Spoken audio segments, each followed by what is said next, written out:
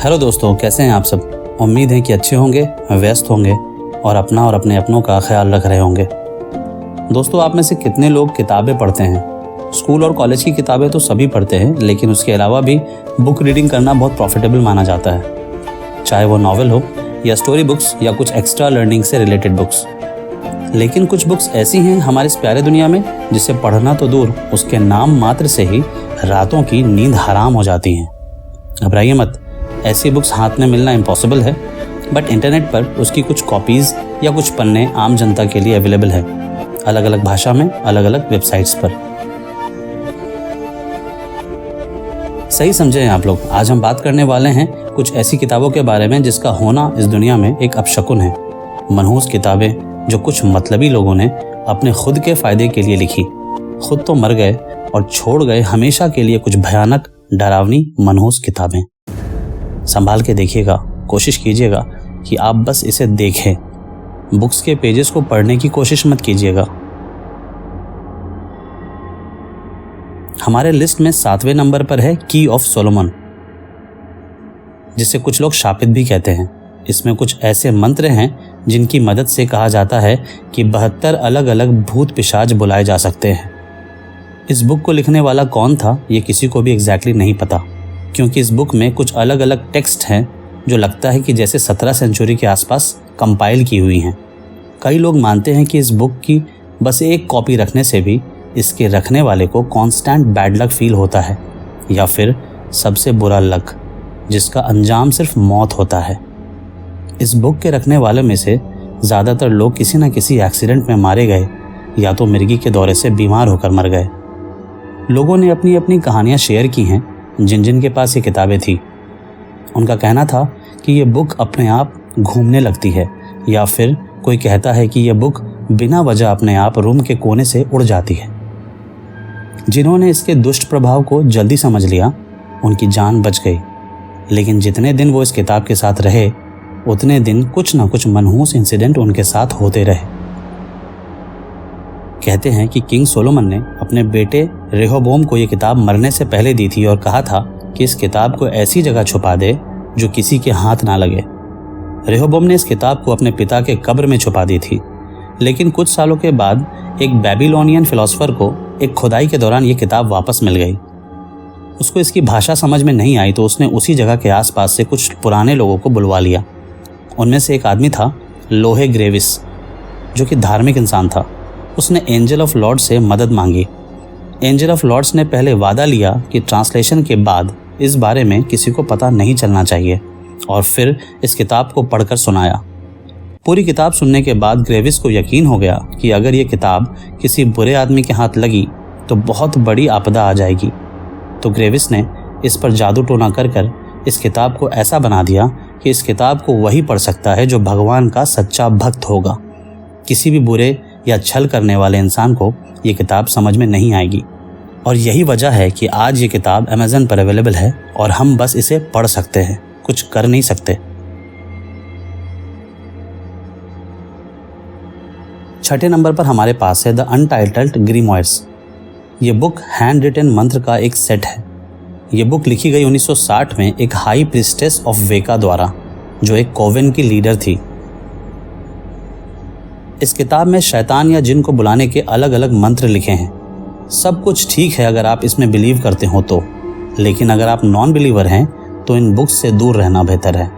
Book के creator ने एक वार्निंग दी थी कि अगर कोई नॉन बिलीवर इस बुक के साथ खेले तो उस पर एक डेडली कर्स आएगा, और इस बुक के पहले पेज पर विकान ने लिखा है कि इस बुक के साथ आगे बढ़ने से सीरियस कॉन्सिक्वेंसेस हो सकते हैं। इस बुक के कुछ खास पन्नों को हटाकर बाकी किताब को आम जनता के लिए पब्लिश कर दिया गया, और आज के डेट में ये किताब मार्केट में अवेलेबल है और कोई भी इसे पढ़ सकता है। दोस्तों, वीडियोस को देखने के साथ साथ आप अलग अलग गिफ्ट्स के भी हकदार हैं। मेरे वीडियोस को पसंद करने और देखने के लिए आप सभी का शुक्रिया। लेकिन आपको पता है कि वीडियोस बनाने में फाइनेंशियल एफर्ट्स लगते हैं, और वीडियोस को ज़्यादा से ज़्यादा बेहतर बनाने के लिए पैसे खर्च करना होता है, ताकि आपको वीडियोस देखने में मज़ा भी आए और कुछ सीखने को भी मिल सके। आप थैंक्स बटन पर क्लिक कर मेरे खास सब्सक्राइबर बन सकते हैं, और उसके बदले आप पा सकते हैं अलग अलग गिफ्ट्स, जिसमें अलग अलग टीयर्स के हिसाब से आपको बिहाइंड द सीन्स, आने वाले प्रोजेक्ट्स, मुझसे डायरेक्ट बात करने का मौका, और अगर आप कोई स्टोरी शेयर करना चाहते हैं तो स्टोरी में आपके नाम को मेंशन करने जैसा मौका मिल सकता है। बहुत सिंपल है, थैंक्स बटन पर क्लिक कर आपको सारी जानकारी मिल जाएगी। अब बढ़ते हैं वीडियो की तरफ। 5वें नंबर पर हमें मिली the sorrows of young Werther. ये किताब बाकियों किताब से ज़रा अलग है। ये किताब 1774 में बनाई गई और इसके रीडर्स पर इसका डार्क इन्फ्लुएंस एक अजीब इम्पैक्ट डाल गया। कहते हैं कि इसके बनने के बाद इसके रीडर्स में से कई लोग अपनी ज़िंदगी खुद ही ख़त्म कर लिए।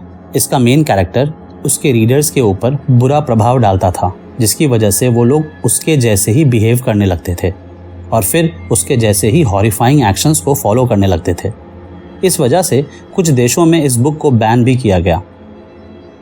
मैं नॉर्मली बुक्स को बैन होने का विरोध करता हूँ, लेकिन लगता है कि इस केस में शायद इसका बैन होना सही था। माना जाता है कि जो लोग इस बुक को पढ़ने से पहले बिल्कुल ठीक थे, पढ़ने के बाद कुछ अजीब से काले रस्मों को फॉलो करने लगे थे। इस वजह से लोग इसे कर्स्ड मानते हैं। 4थे नंबर पर है पिकैट्रिक्स। ये भी एक जादुई किताब है जिसमें कहा जाता है कि 11वीं शताब्दी से आई कुछ खास मैजिकल टेक्निक्स हैं। इस टेक्स्ट को लॉन्ग टाइम से काफ़ी अश्लील माना जाता है क्योंकि इसमें कुछ ऐसी तस्वीरें हैं जो अश्लील हैं। इसमें कुछ स्कॉलरी वर्क हैं जिसमें फ़िलॉसफी, एस्ट्रोलॉजी और थोड़ा मिडीवल साइंस भी इंक्लूडेड है। लेकिन फिर आते हैं इसके दूसरे पार्ट्स पर जो रेसिपीज़ के लिए हैं, जिसमें इंसान और जानवर के खून, भेजा, पेशाब और दूसरे ऐसे फ्लूइड्स जो जिस्म के होते हैं उसे मिक्स किए जाते हैं कुछ और बुरे और गंदे चीज़ों के साथ। रिजल्ट्स तो मैजिकल होते हैं, लेकिन जिस पर यह जादू किया जाता है उसके लिए मौत या मौत के बराबर होता है। इस किताब में जो मंत्र हैं वो पर्शियन और इंडियन ट्रेडिशन के हैं। 3रे नंबर पर है the book of the secret magic of Abraham Allen the maze. ये बुक अब्राहम एलन ने लिखी थी, जो खुद एक जादूगर था और उन्होंने इसे अपने बेटे के लिए गिफ्ट के रूप में बनाया था। 19वीं शताब्दी की शुरुआत में इस बुक को इंग्लिश में ट्रांसलेट किया गया और उसके बाद ही इस बुक के शापित होने का र्यूमर्स फैलने लगा। इस बुक में जादू टोना के मंत्र तो हैं ही, उसके साथ शापित भी हैं। ये अफवाह थी कि अब्राहम एलन को लगता था कि हर किसी के पास अपना खुद का शैतान होता है जिसे हम हमजाद कहते हैं। इस बुक की अच्छी बात यह है कि इसमें इंस्ट्रक्शंस हैं अपने अपने डीमन को कंट्रोल करने के लिए जादू टोना के ज़रिए, लेकिन आत्माओं और भूतों से बातें करना या मिलना हमेशा रिस्की होता है। शायद इसलिए लोग कहते हैं कि यह बुक शापित है। 2रे नंबर पर है the book of black magic and pacts, जो कि A.E. वेटे ने लिखी थी। ये एक काला जादू, काली रस्मों को करने वाली किताब है जिसमें मंत्र हैं, एक काली रहस्यमय इतिहास है और कुछ ऐसे रस्मों की डिटेल है जो बेहद मनहूस और बुरे हैं। इसमें कोई बड़ी बात नहीं है खुद में, लेकिन गलत हाथों में जब आती है तो डेफिनेटली डाइसी हो जाता है, खासकर जब इस बुक को one of the greatest overviews of occultism के रूप में डिस्क्राइब किया जाता है, जिसमें बहुत से मैजिकल स्पेल्स हैं वेरियस सोर्सेज से। यह बुक कहती है कि इसमें कुछ ऐसे मंत्र हैं जो इंसानी समझ से परे हैं। ये मंत्रों को जाप वही कर सकता है जिसने शैतान से हाथ मिला लिया हो। आज के पहले नंबर पर है द कोडेक्स गिगाज। कहा जाता है कि यह बुक रीडर को ईविल और नेगेटिव एनर्जी हासिल करने का मौका देती है और इसे अक्सर द डेविल्स बाइबल भी कहा जाता है। यह बुक 1648 में पहली बार मिली थी और ये बहुत बड़ी किताब है, 36 इंचेस लंबी, 20 इंचेस चौड़ी और करीब 8.5 इंचेस मोटी। और अजीब बात यह है कि इसका वज़न तकरीबन 75 किलो है। कहा जाता है कि यह बुक एक मॉन्क ने लिखा था, लेकिन यह मॉन्क अपने स्पिरिचुअल कस्मों को तोड़ चुका था। उसको एक भयानक तरीके से सज़ा दी गई थी। उसको एक दीवार में चुनवाने का आदेश दिया गया था जहां उसको मरने के लिए छोड़ दिया जाता। सज़ा से बचने के लिए उसने वहां के अबॉट से सौदा किया कि वो एक किताब लिखेगा जिसमें शैतानी शक्ति होगी। उसके अंतिम समय में उसे रियलाइज़ हुआ कि वो बुक को ख़त्म नहीं कर पाएगा, इसलिए उसने लूसीफर को बुलाया और उससे सौदा कर लिया ताकि लूसीफर उस किताब को पूरा करे। इस बुक में डार्क रिचुअल्स, एक्सॉर्सिज्म के लिए इंस्ट्रक्शंस और शैतान और दूसरे डीमंस के क्रीपी पिक्चर भी हैं। अभी ये कहा जाता है कि इस बुक में 310 पेजेस हैं, लेकिन पहले 320 थे। उन 10 पेजेस को फाड़ दिया गया था जो किसी को भी डेविल को समन करने का इंस्ट्रक्शंस देते थे। कहा जाता है कि जिसने उन 10 पेजेस को हासिल किया होगा वो सच में शैतानी शक्ति का मालिक बन चुका होगा।